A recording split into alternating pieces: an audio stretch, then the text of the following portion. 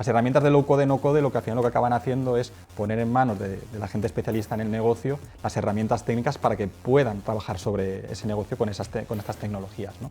Entonces me parece un avance fundamental que personas no técnicas puedan desarrollar, pues, desde modelos de inteligencia artificial, aplicaciones, automatismos, como hemos hablado de las RPAs. Me parece fundamental que cuanto más trabajo pueda hacer la gente cercana al negocio, mucho mejor para el cliente, porque al final lo que ellos necesitan se va a ver mucho más reflejado en el trabajo que si a lo mejor lo hacemos los técnicos, que si bien tenemos muchas capacidades técnicas, quizás nos falta ese contacto o ese conocimiento tan amplio que tienen otros compañeros con el negocio.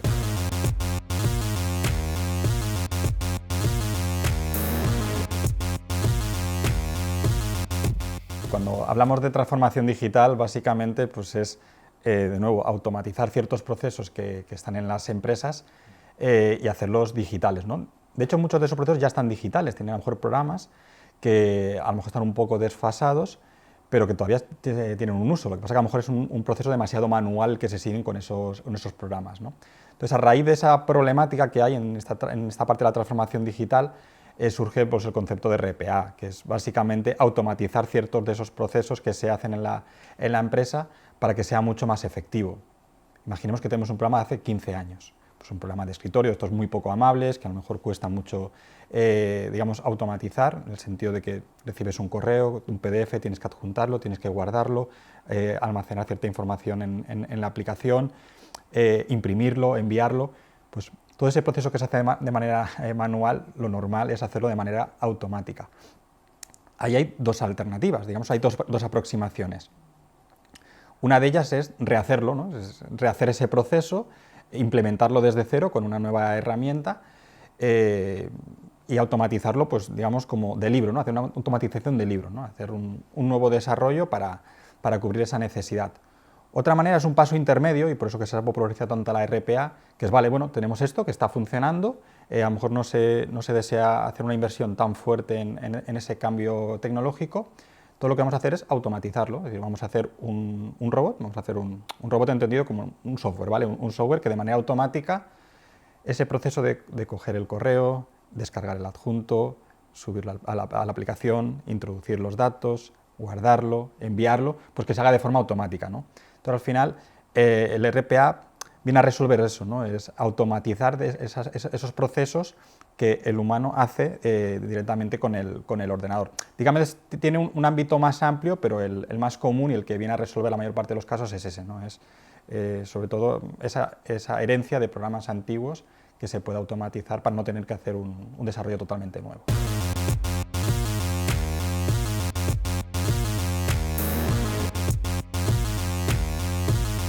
Al final, la inteligencia artificial, el uso principal que a lo mejor podemos tener en las empresas es hacer predicciones, ¿no? Hacer modelos de...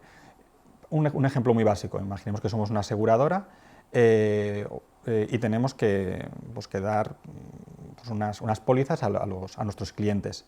Nuestros clientes tienen una serie de información y un histórico que tenemos de ellos durante los años. Pues esa estimación que a lo mejor hacíamos, pues bueno, o bien de forma muy manual o de forma un poco intuitiva, a lo mejor no se basaba en datos reales, ¿no? Pues bueno, al final la inteligencia artificial lo que hace es recoger todos esos datos, hacer modelos, es decir, modelar a tu cliente, digamos, averiguar todos los detalles que tiene de él para poder tomar esas decisiones de una manera más, digamos, más lógica, más automática, mucho más rápida y en principio mucho más efectiva. También hay muchísimos modelos predictivos, es decir, que ¿cuándo se me va a romper el stock? Es decir, ¿cuándo no voy a tener rotura de stock? En base a la experiencia del año anterior, ¿cómo se va a comportar este año? Detección de imágenes, conducción autónoma. Hay muchísimas aplicaciones y realmente hay que ir empresa por empresa a ver su idiosincrasia, ¿no? A ver qué es lo que necesita. Pero desde luego se nos abre un mundo por delante de posibilidades para mejorar ciertos tipos de decisiones, ¿no?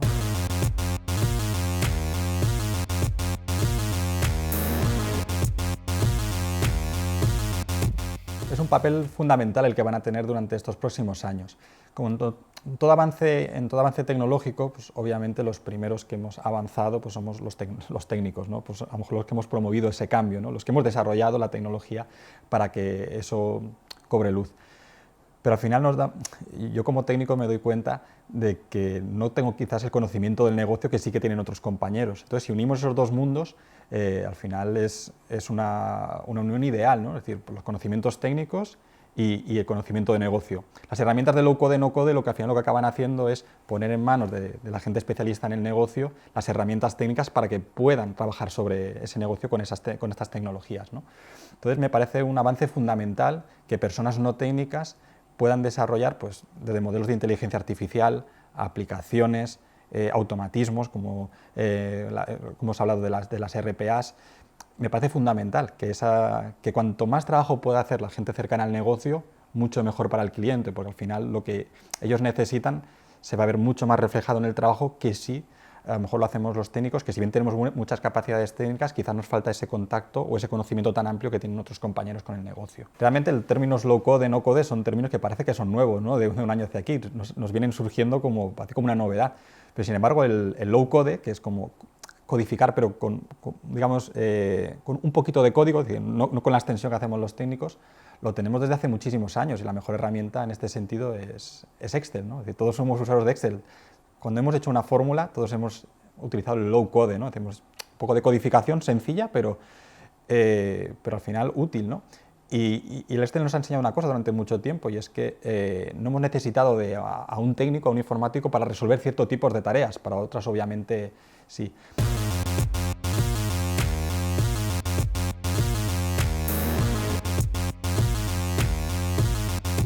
Yo destacaría como herramientas aquellas que estén bien integradas digamos, con la infraestructura del cliente, ¿no?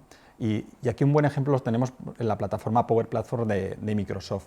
Hay una integración muy clara con Office 365, por ejemplo, con los ERPs con el ERP de Business Central, con el CRM de Dynamics. Es decir, han puesto una herramienta tan integrada con sus propios sistemas que por cualquier persona de negocio que trabaje en el ERP, en el CRM, hace un automatismo para que cuando de nuevo reciba un correo, automáticamente se abra una oportunidad en el CRM. Que cuando reciba un correo con un pedido, automáticamente se suba al ERP.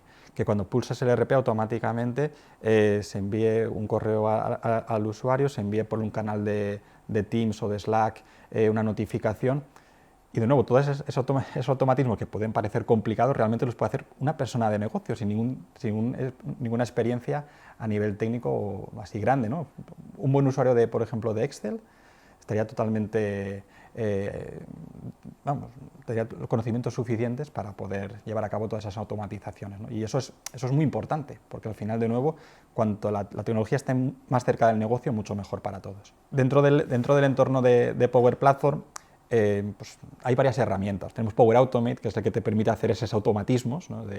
Ya no solo gestionar una aplicación legacy, una aplicación antigua, para poder trabajar sobre ella, sino pues cuando recibes un correo, automáticamente lo subes a OneDrive o a SharePoint o lo metes en el ERP. De todos esos automatismos que una persona con básicos conocimientos técnicos puede hacer, se puede hacer con la herramienta.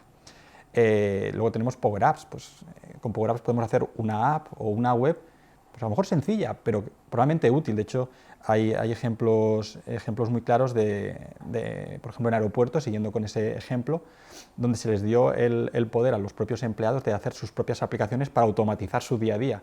Y se dieron cuenta que mejoró muchísimo la productividad, porque eran ellos mismos los que se desarrollaban sus propias herramientas en lugar de tener que depender de empresas de terceros, ¿no? Luego tenemos Power BI. Power BI es una herramienta para, sobre todo, el análisis exploratorio de datos. Básicamente tú tienes datos y quieres visualizarlos, quieres ver exactamente, interpretarlos, pues quizás es la herramienta más potente que hay. Y de nuevo, está tan integrada dentro de la suite que cualquier persona que trabaje con el ERP, con el CRM, puede abrir el Power BI y hacerse dashboards de la información sin requerir de otra empresa que les haga traducciones de información, se la vuelque a otro sitio. No, es conectar y mostrar, ¿no? Por eso creo que ya no solo la herramienta, sino la integración lo que es más importante, ¿no? Porque cuanto más te simplifique la vida, mucho mejor, porque entonces la persona del negocio tendrá la capacidad de trabajar de forma autónoma, que es lo que yo considero ideal en esta fiebre, entre comillas, del no-code, ¿no? Y de la automatización.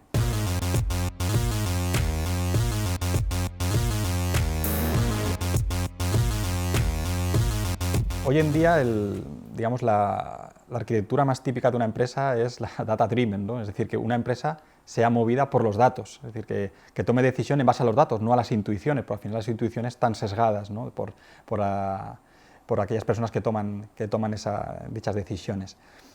Quiero decir que al final el Data Analytics es algo tan transversal a una empresa para la toma de decisiones que era imprescindible tenerlo en una empresa como la nuestra, y además es un servicio que se presta a darlo a nuestros clientes, ¿no? Es decir, de nuevo, para que tomen decisiones en base a los datos, porque al final los datos nunca engañan, los datos están ahí y hay que tomar decisiones, o por lo menos tenerlos en cuenta para cierto tipo de decisiones.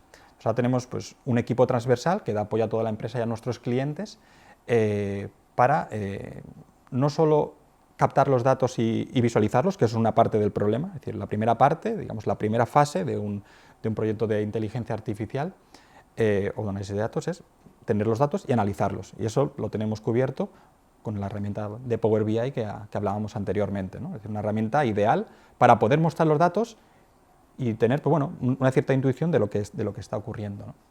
Luego con esos datos ya hay un paso más avanzado, que es a lo que está derivando la industria durante los últimos años y sobre todo estos últimos meses, y va a ser el denominador común durante los próximos años, que es explotar los datos, ir un pasito más allá, ¿no? Es decir, una cosa es visualizarlos, pero otra cosa es, en base al número de llegadas de aviones y de pasajeros, pues programar los servicios de limpieza.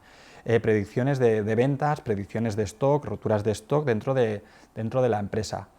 Análisis de imagen, una cosa es visualizar la imagen, pero luego otra cosa es analizarla, ¿no? Es decir, en base a fotos, pues poder ver a lo mejor el número de personas que están en un sitio por si cumplen unas ciertas reglas COVID. Hay tantísimos usos te diría que es algo totalmente horizontal. Y de nuevo hay dos fases.